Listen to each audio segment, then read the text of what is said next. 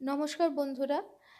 আজ আমি একটি নতুন বিভাগ সময় তার রূপকথারা এই চ্যানেলটিতে শুরু করতে চলেছি। যেরকম কথা দিয়েছিলাম, যখন গল্পধারার এই সেগমেন্টটাকে আমি পুনরুজ্জীবিত করব বলে আহ, একটি ভিডিও আপলোড করেছিলাম, তাতে আমি যেরকম কথা দিয়েছিলাম যে শুধুমাত্র রূপকথা থাকবে না, তার সাথে কিছু এরকম বেদ, উপনিষদ বা এই ধরনের ধর্মগ্রন্থগুলি, যেগুলি আমাদের জীবনে চলার পথে মাঝে মাঝে আমাদেরকে মনে করিয়ে দেয় যে একটু থামো, দেখো, নিজে আত্মবিশ্লেষণ করো এবং ভাবো তুমি কোন দিকে যাচ্ছ। তো আমার এই প্রচেষ্টা থেকে যদি কেউ কোনোভাবে সর্বশক্তিমানকে যেভাবেই ভালোবাসুন, যেভাবেই জড়িত থাকুন, তার সঙ্গে যেভাবেই যুক্ত থাকুন, যদি কোনোভাবে আমার এই প্রচেষ্টা আপনাদেরকে সাহায্য করে, আপনাদেরকে নিজের জীবনটিকে একবার হলেও আত্মবিশ্লেষণের মধ্যে দিয়ে দেখানোর যদি করাতে পারে, তাহলে আমি বুঝবো যে আপনার আমার সে যে রূপেই তিনি আমাদের কাছে ধরা দিয়ে থাকুন না কেন, সেই সর্বশক্তিমান একটু হলেও আমাকে সুযোগ দিয়েছেন যে আমার মতো করে আমি আমার প্রচেষ্টাতে আমি অন্তত একটা মানুষেরও একটুখানি দৈনন্দিন জীবনের যে আমাদের যে স্ট্রাগল বা যে দ্বন্দ্ব যেই হোক, সেই অশান্তিতে একটু হলেও সেই সর্বশক্তিমানের শান্তির বাণী কে মনে করিয়ে দেওয়ার প্রচেষ্টায় আমি একটু হলেও সাহায্য করতে পেরেছি। তো আসুন, আমি আজকে শ্রীমদ্ ভগবদ্গীতার পঞ্চম অধ্যায় কর্মসন্ন্যাস যোগের 11তম শ্লোকটি পড়ছি। কায়েন মনসা বুদ্ধ্যা কেবলৈরিন্দ্রিয়ৈরপি যোগিনঃ কর্ম কুর্বন্তি সঙ্গং তক্তাত্ম শুদ্ধয়ে। আত্মশুদ্ধির জন্য যোগীরা কর্মফলের আসক্তি ত্যাগ করে, দেহ, মন, বুদ্ধি, এমনকি ইন্দ্রিয় দ্বারাও কর্ম করে। এখানে একটি জিনিস মনে রাখতে হবে, শুধুমাত্র অফিসে গেলুম কি দোকানে বসলুম কি ওই জলটা আনলাম কি রান্না করলাম, এটা একমাত্র কর্ম নয়। কিন্তু আমি যদি একটি সুন্দর ফুলের গন্ধ নিচ্ছি, সেটাও একটা কর্ম। আমি যে এখন ঠান্ডায় আমার মনে হচ্ছে যে আমার হাত পা কাঁপছে, সেটাও কিন্তু ওই যে অনুভব করা, এটাও কিন্তু কর্ম। আবার আমি যে একটা কিছু ভাবছি, সেটা ভালো ভাবি বা বাজে ভাবি, যাই ভাবি, সেটাও কিন্তু একটা কর্ম। তো সমস্ত কিছুই আমি যবে থেকে জন্মেছি, যেখান থেকে সৃষ্টি হয়েছি, আবার যখন সেই সর্বশক্তিমানে বিলীন হব, সেই মাঝখানে এই দুটো পয়েন্ট আমার, এই দুটি বিন্দু আমার ফিক্সড, শাশ্বত।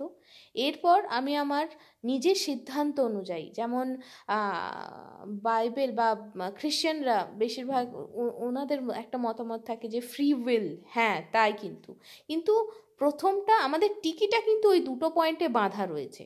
জন্মেছি, অতএব মরতে হবে। এবার মরাটাকে কতটা গ্লোরিফাই করতে পারি, কতটা ভালোভাবে রাখতে পারি, কতটা নিজের কর্ম অনুযায়ী, কতটা নিজের কর্মফলকে নাশ করে চলে যেতে পারি, সেটার জন্যই আত্মশুদ্ধির দরকার। যখন আমি কর্মফল থেকে ভয়ও পাবো না, আবার মোহগ্রস্ত হয়ে সেই কর্মফলের দিকে ছুটেও যাব না। ভুল যদি করে থাকি সেটা মেনে নিতেও যেমন লজ্জা হবে না, ঠিক যদি করে থাকি সেইটাতেও আমার অহংকার হবে না। সেই জায়গাটাতে যাওয়াটাই মানে আমার কাজ, আমি করে যাচ্ছি। যেরকম সূর্য রোজ উঠে যায়, যেমন বাড়িতে আমরা মায়েদের দেখি না, রোজ সকালবেলা ওঠেন, রোজ নিজের মতো করে রান্না করেন, ঘর ঝাঁট দেন, যে মা যে ধরনের জীবন বেছে নিয়েছেন। আজকের যুগে অন্তত এইটুকুনি বলতে পারি যে যদি কোনো মা চাকরিজীবী হন, তিনি রোজ সেই একদম নিয়ম মেনে ওঠেন, নিয়ম মেনে সব কিছু করে টোরে আবার অফিসে যান, সেখানেও নিয়ম মেনে কাজকর্ম করে আবার ফেরত আসেন। মানে একটা এই যে একটা রুটিন, সেখানে কোথাও না কোথাও তাদের নিজস্ব ক্লান্তির প্রতি মোহটাও থাকে না। অনেক ক্ষেত্রেই আমি দেখেছি সেই আমি নিজের মা, ঠাকুমা, দিদিমা মানে দিদা, এদেরকে দেখেও আমি বুঝতে পেরেছি যে কতটা নিষ্কাম হতে পারলে তবে একজন মানুষ মায়ের তকমাটা পায়।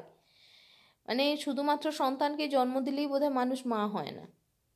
মানে একটা অদ্ভুত ধরনের একটা সাধনা আমি তাদের মধ্যে দেখি। যেরকম নিজের বাবাকে বা মানে আমার নিজের পিতা, তাকে যখন দেখি যে যত যাই করুন, মানে বাচ্চাবেলায় যে আমি কম কষ্ট দিয়েছি, আজ আজ মনে হয়, আজ খারাপ লাগে, কিন্তু তখন মনে হয় যে কতটা ধৈর্য নিয়ে, কতটা আকাঙ্ক্ষা শূন্যভাবে তারা মানুষ করেছেন বলে আজ আমি এইটা পড়ার মতো, মানে কি বলবো, ধৃষ্টতা করবার জন্য হলেও একবার অন্তত ভাবছি।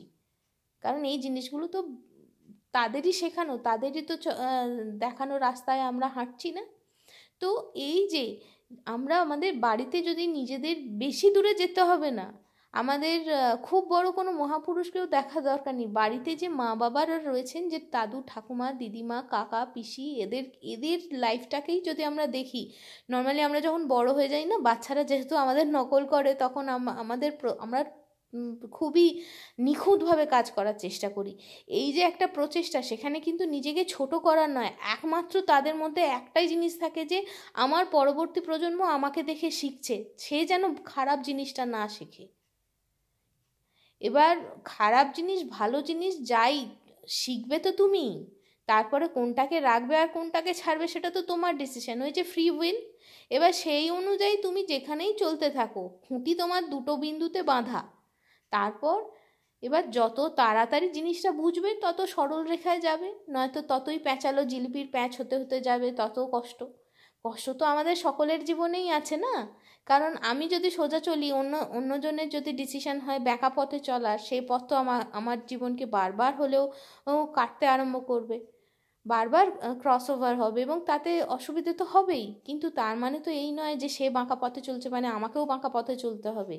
কিন্তু হ্যাঁ, এইটুকুনি ভাবতে হবে যে যোগীরা যেরকম কর্মফলের আসক্তি ত্যাগ করে, তার কারণ কি, ভগবানের কাছ থেকে আমরা নির্গুণ অবস্থায় এসেছি, ভগবানের কাছে ফিরতে হবে আমাদের নির্গুণ অবস্থায়। ভালো মন্দ পাপ পুণ্য কোনোটাই নিয়ে যাওয়া চলবে না। পাপ করা মানে বাজে কাজ বাজে সিদ্ধান্ত, সেই জায়গাটা থেকে সরে আসতে হবে, সেটাকে শোধরাতে হবে। ভালো কাজ মানে অহংকার যেন না হয়, আমার কর্তব্যবোধে কর্ম। এইটুকুনি।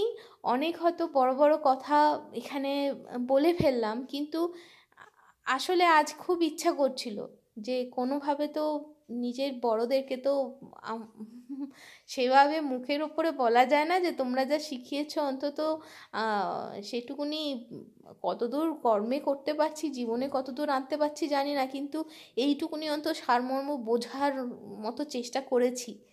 অন্তত সেটা সেই জায়গাটাতে আজ এসে তাই জন্যই মনে হলো যে এই বিভাগটা তৈরি করি, এই বিভাগটা রাখি।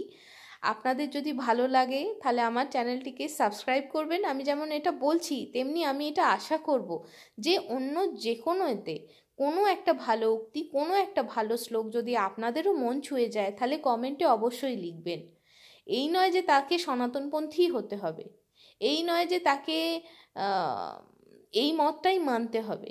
কারণ আমি একটা জিনিস খুব বিশ্বাস করি, জানেন তো, ভগবানের ইচ্ছা ছাড়া একটা অ্যাটম, একটা সাব অ্যাটমিক পার্টিকেল, একটা সাব অ্যাটমিক পার্টিকেলও সৃষ্টি হতে পারে না। একটা শক্তি থেকে একটা মানে এনার্জি থেকে একটা ম্যাটারেরও কনভার্সন হওয়া অসম্ভব।